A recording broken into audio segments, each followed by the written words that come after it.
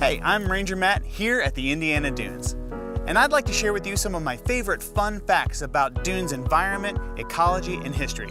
Stay to the end and I'll share with you a special secret.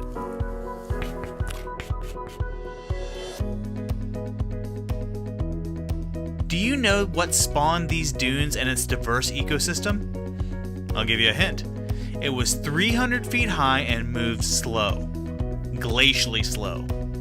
That's right, over 10,000 years ago, local glaciers receded north, leaving behind rolling hills, wetlands, Lake Michigan, and the dunes ridgeline.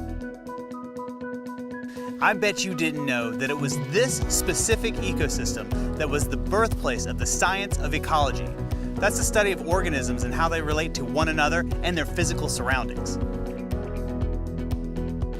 You can thank Henry Chandler Coles for that. Thanks, Henry. You can also thank environmentalist groups and individuals who helped establish this state park and national lakeshore. After a decade-long battle, Congress authorized both the Port of Indiana and the National Lakeshore. Dunes, of course, are made of sand. But what's sand made out of? The sand itself is mostly made out of quartz and silica and left behind by glaciers. Its composition creates an interesting sound when you walk on it, which is why we call it singing sands. It's even been said that there are only a few other places in the world that have singing sands, like Dubai and Japan. Do you know what kind of dune this is? There are two types of dunes, foredunes and blowout dunes. Foredunes like this are close to the beach and they're covered with vegetation like this marram grass. This makes for a more stabilized dune and allows even more plant life to thrive. Blowout dunes like this are caused by intense north winds that rip the dunes apart.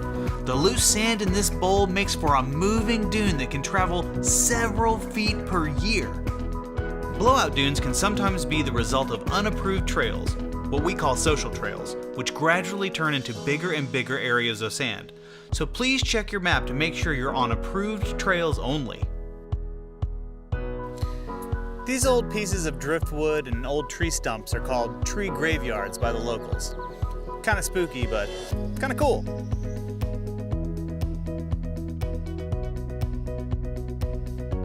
I bet you don't know the name of this plant and what's so special about it. It's the fringed polygula, and it only grows on the north slope of one specific dune and nowhere else in Indiana. Its common name is gaywing, and you can see why, as it almost looks like it can take flight. How's that for being special? Because it's an endangered species, I'm going to keep its exact location secret. Do you know what saltation means? No, it has nothing to do with salt. It's what's happening here as the sand is being blown across the shore, eventually forming larger dunes. Like this one, Mount Tom, the tallest dune in the area at 192 feet. This may look like a desert, but it's freezing or snow covered for several months out of the year. Not exactly the ideal place for a cactus. Or is it? This prickly pear cactus thrives because of that desert-like sand.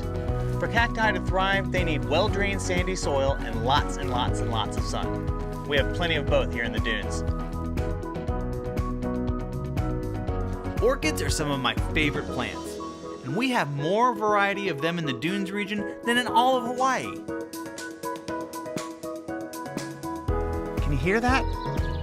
That's some of the more than 370 species of birds that live or migrate through the dunes every year.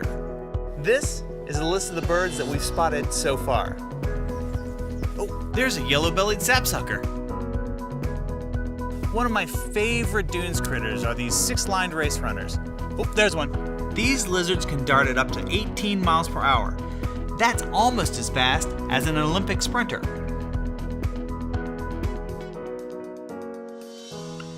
Shh, can you hear that? It's a red fox, and I guarantee you it can hear us. She can hear a mouse scratching a leaf 150 feet away. The flora and fauna of the dunes have to survive hot summers and cold winters. One species of frog has figured out an ingenious way. The wood frog can freeze its body solid and has a special antifreeze in its body to preserve its cells during winter. I have my own reserves to get me through winter. It's called tacos. Do you know the hardest working animal in the dunes? It would have to be the dune beaver.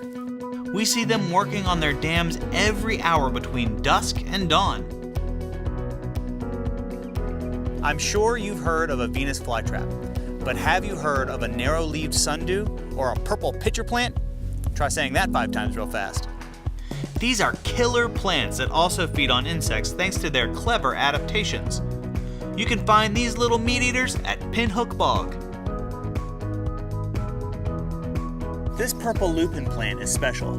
Without it, the rare Carner blue butterfly could not survive. Unfortunately, the Carner blue is no longer found in this area, but this remarkably similar mimic species can still be found if you look closely enough. It's just one example of the delicate nature of dune habitats. Those are just a few of my favorite fun facts about the Indiana Dunes. If you see me or any other ranger, ask us questions. We have lots more to share. We also have a nature center, ranger-led tours, and programs throughout the year. The Indiana Dunes State Park Nature Center is located right near our campsite. It's a great place to learn about the ecology and history of the area.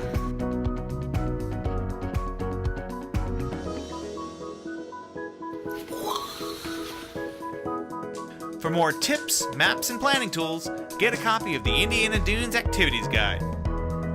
To get this guide and others, stop by the Indiana Dunes Visitor Center. It's just a couple of miles south of the Indiana Dunes State Park entrance, right off of State Road 49. You can also visit our website to view guides electronically or request a guide to be mailed to you. Go to IndianaDunes.com to plan your trip. Got any fun facts we didn't cover? Let us know in the comments. Oh, you're still here. You want to know that secret, don't you? Okay, here it is. This is Trail 9 at the Indiana Dunes State Park. It's my personal favorite trail, and it's considered by many to be one of the best trails in the nation. Let's just keep that between you and me, okay? See you on the trail.